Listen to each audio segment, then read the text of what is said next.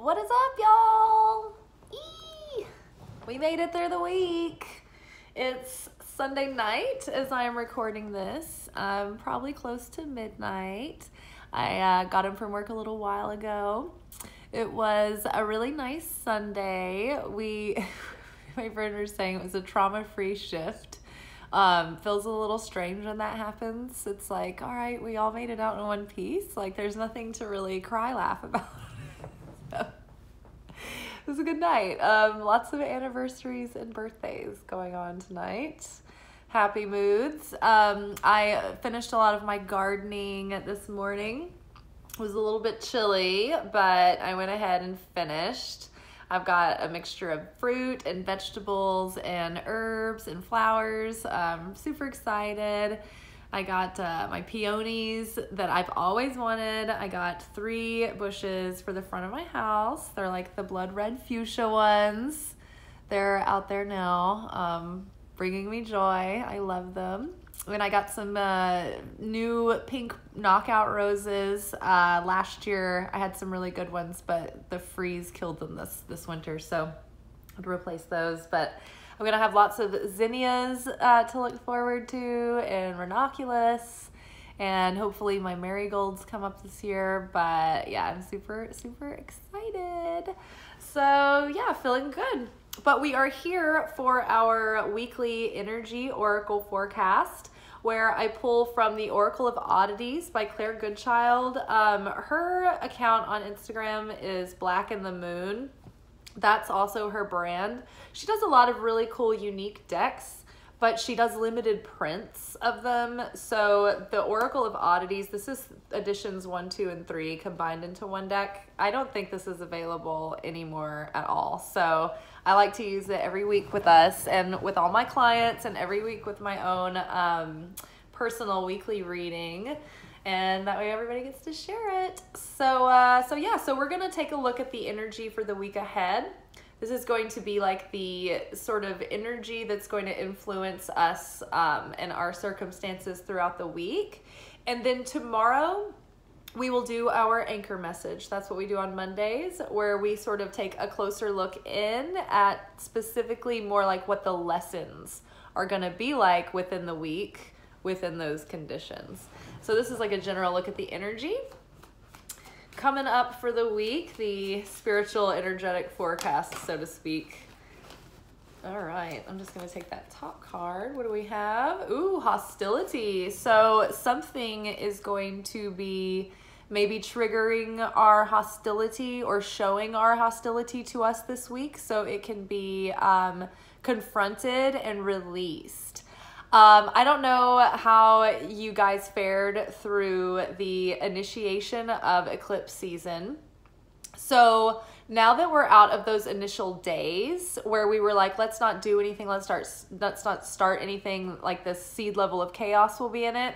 So now there's like a period between now and the next eclipse, which is, I believe, on the full moon. It'll be a lunar eclipse, that you need to actually put effort in and make a lot of strides to work on the things that you've been working on. Still not taking on anything totally brand new, but just staying on the themes and the projects that you've been in. Because eclipse season, what it does, it's like I'm not sure if there's, for 2 months in a row, there's like solar and lunar. But during this time period, it may just be the solar and the lunar. I have to double check on all of this.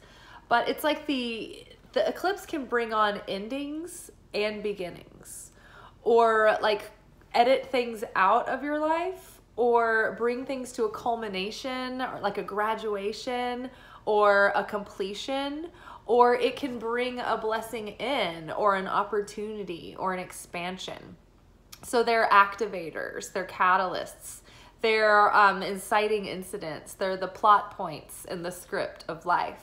So this week, one of the things that we didn't really have come up during all of that Pisces season purging, and even really through Aries season, honestly, we never really had hostility come up. We did have like, I think anger and worry and sadness and sorrow, and those emotions we took a look at. But I think that when you look at an emotional vibrational scale, I believe that like sorrow, regret, like those sad emotions are way lower vibration than anger. Like anger is getting a little bit of feistiness back, whereas, you know, like deep sadness and sorrow can lead you into despair and like resigned, you know, to just have no hope. So that's lower. So when you have hostility, I feel like that's even probably a little bit higher vibration, even though it's still not healthy. Or I mean, it's like it's healthy to be angry sometimes. You have to release it. You have to acknowledge that this is happening. But hostility is like anger that you haven't dealt with, that has become sour and has festered. And so now it is causing, it's like driving your engine, right? It's making you aggressive towards things, or like sour and bitter towards things. But almost in a way that you are like, you don't want to wish ill on others, but like you need to be careful about how your intentions and actions could have unforeseen consequences to others when you're in a hostile state, right? Like there's going to be consequences for actions. Every cause has an effect, right? So think about the effects of your hostility before you take an action that's going to hurt you or be destructive to your life or someone else. Also, the more you work on recognizing your hostility and practicing restriction to where you're not feeling hostile and then taking action on it or being reactive because of your hostility, it's like you need to acknowledge that hostility, explore where it's coming from, ask what it's telling you. Like, what have you been stuffing down? What have you not been dealing with? What anger is still lingering and why? And those are the things, like that's like the highlighter in the workbook that's like, all right, here's what you can work on to progress through the situation. Because this is like the sacrifice that's being asked right now, is the hostility. So if we can overcome and begin to transcend this hostility and heal it and release it and let it go and let it dissipate, then that broken energy can be redirected for blessings and abundance and new like feelings of spiritual renewal. I'm almost like surprised to see this card because of the amount of rapid spiritual and emotional growth and change and evolution that has transpired over the past few weeks. Like through Lent season, through Passover, and through Easter, I literally felt like I had gone through some sort of spiritual death and rebirth. And I've been feeling like a different person the last few days, honestly. Like even things at work, like just when it gets hectic and I would be flustered, like it hasn't been as bad. I wouldn't say I've been perfect, but it hasn't been as bad. Like it's felt just more chill within me. And so don't be afraid of the hostility when it comes up. It can be dealt with, it can be healed, and it wants to be healed. So it's going to feel really good to get this out of your system and offload it and just let go of whatever it's attached to for your own sake, for your own happiness, for your own inner peace and fulfillment. But yeah, the fact that you're willing to put this on the sacrificial slab and be done with it, all of that energy from the hostility is going to be transmuted into your positive mindset, into your positive energy, into manifesting power, right? It's going to go into something good happening in your life. All right, what else do we need to know for the week? All right, just one. Opposition. So yeah, we might be faced with things not going the way that we would like them to go this week. And I think that what we have, this is part of the lesson, is teaching us how to trust that like everything is playing out for us, not to us. And when we trust and relax into that, that is that certainty that activates the God spark within everything that can move mountains and move all the pieces so that everything can play out on your behalf. But yeah, so even when you come up against your opposition this week, be glad or be accepting of it or surrender to it. Don't be hostile about it. Just trust that whatever is happening, it's happening for a reason, it's happening for you, and trust the unfolding. Trust that what is yours, and your certainty only makes the situation more harmonious.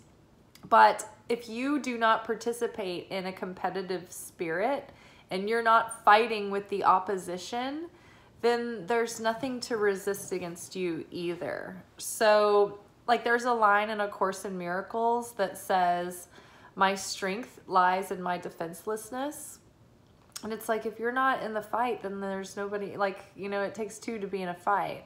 So if one of you backs out and is like, okay, well, I'm not going to fight in this, I'm not going to push against what's happening. I'm going to surrender to the flow and trust that Creator is in all things.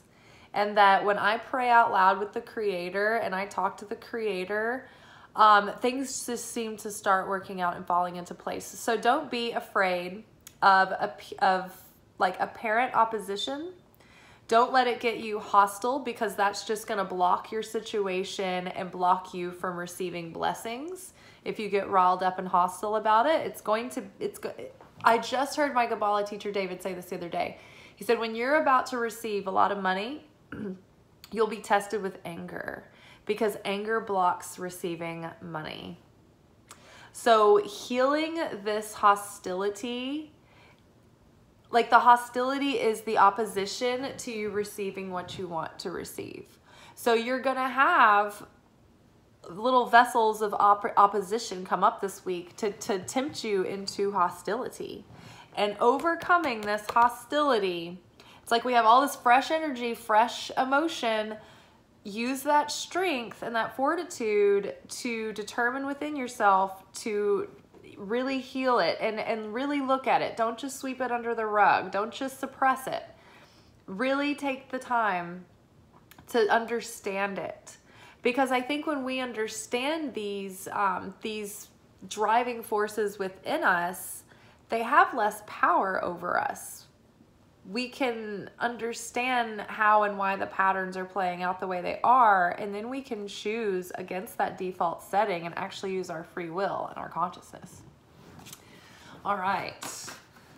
Beginning. Oh my gosh, what do we have? Knowledge. Okay, so using all that we've learned and all of this wisdom to have a beautiful new beginning. And I really think that we have an opportunity for that now. But this opposition and this hostility, this is like the proverbial birthing pains, the contractions.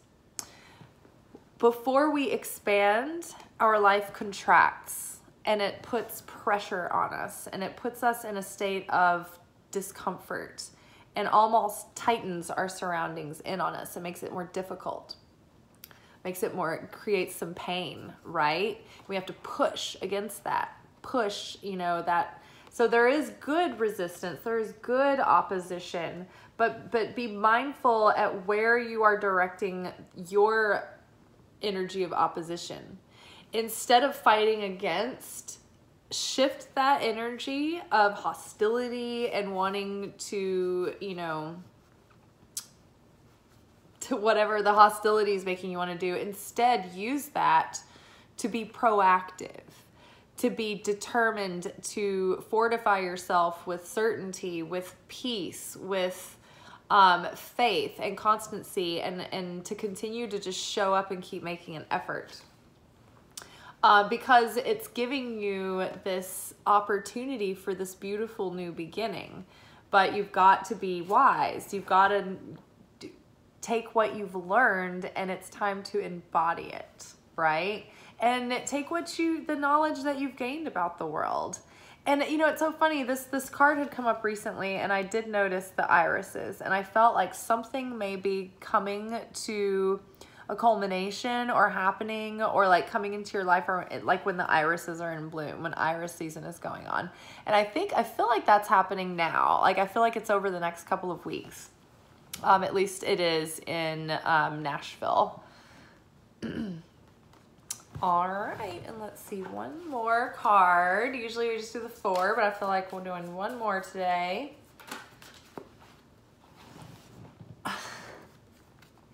Union. I love this. Obviously, if there's going to be any resistance to union, it's going to be opposition and hostility. I love it. Yeah, there's definitely potential for a huge new beginning to come into union with not only the parts of yourself that have been fragmented. It's like it's all coming online, and an awakening and an up-leveling is happening. But also because of that, it's like the more you embody these lessons, the more it is priming you for this new beginning and preparing you for maybe union with a like-minded partner, like-minded, individuals in general, or, bringing you to your people. But this card particularly, I always kind of interpret this as a romantic union, because this is 2 equals who are seeing eye to eye. It looks like they are equal in the steps that they want to take, and they are of one heart. And so yeah, this might be like kind of the last bit of the major overhaul that we are needing to deal with in order to create and prepare for this to be a possibility, to have a really good new beginning. Because we've done a lot of emotional renewal over the past couple of months. I mean, over the past year and years and everything, but there's been a very rapid unfolding over the last couple months, over the last several months. Like, it just keeps getting more and more like crazy and intense. But I think we just kind of have been having our grand finale of the major overhaul. And I think that this is just one of those last little things that there's a lot of raw energy in the air right now, especially with the solar eclipse. So just be aware of that. Pay attention to your hostility this week. Pay attention to what you perceive as opposition, and pay attention around like when that comes up. What are the synchronicities around that situation? Does the opposition come up and trigger you with the same core wound in the same way? Is this opposition coming up making you feel like you're inadequate, or like you'll never belong? Or is this opposition like coming up and making you feel like not good enough or not prepared? Like, what is and it could be in different ways. Like, it could be in all different areas that you think are unrelated, and then you start seeing the common threads, right? That's what we do when we're observing these things in ourselves. It's not just that we're sitting there watching ourselves act like assholes or trying to like keep ourselves from acting like assholes. Like, we want to sit there and unpack it a little bit, or like save it for moments later when you have time to sit and reflect. And as a spiritual practice, it's great to do that like every evening, or in the morning. I like to reflect on life in the morning, but I also like to think about it before I go to bed too, like things in the day. And that's kind of like, maybe that's a good time at night when you can look back at the things that were triggering you through the day, and why, and what you think that it's all connecting to underneath it all. All right, you guys, let's do one more peek at these cards. We've got hostility. Watch out for that this week. It's probably going to be triggered by the perception that you have opposition, or life might be presenting you with opposition in order to trigger your hostility so that it can be examined and seen and witnessed and dealt with and healed. The more that we embody this knowledge and put that knowledge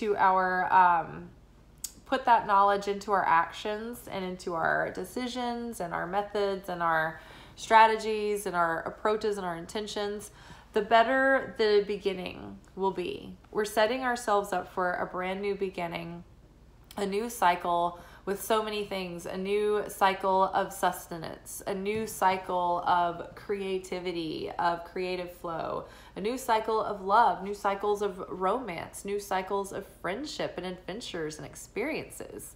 And all of this usually ends up priming you for either a renewal or a surge of intimacy within the relationship you're in, evolving that existing relationship, or like bringing that next level partner into your life that you maybe don't know yet or haven't met yet.